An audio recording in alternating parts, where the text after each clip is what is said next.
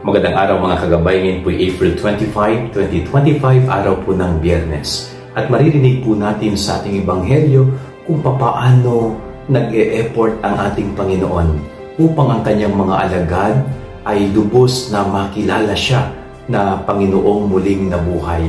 Katulad sa Gospel po ngayon, nagpakita ang Panginoon sa kanyang mga alagad nung sila po'y nangingisda. Humingi siya ng makakain at sila'y nagsalo-salo. At kung kailan wala ng Panginoon, nakaalis na ito, tsaka lamang nila ito nakilala. Imagine yung effort ng Panginoong Jesus na pilit niyang ipinakikilala ang kanyang sarili sa kanyang mga alagad sa pamamagitan ng pakikipagdaupang palad sa kanila. Ganun din po ang Diyos sa ating buhay. Pilit po niyang ipinakikilala ang kanyang sarili sa atin. Kung minsan masyado lamang tayong sarado, kaya hindi natin lubos na makilala at matanggap si Jesus.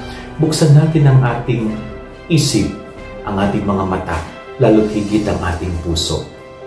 And makikita natin, makikilala natin ng lubos ang Diyos. Yan ang ating gabay aral ngayong maghapon. God bless po sa inyo lahat. Pagpalain kayo ng Panginoon.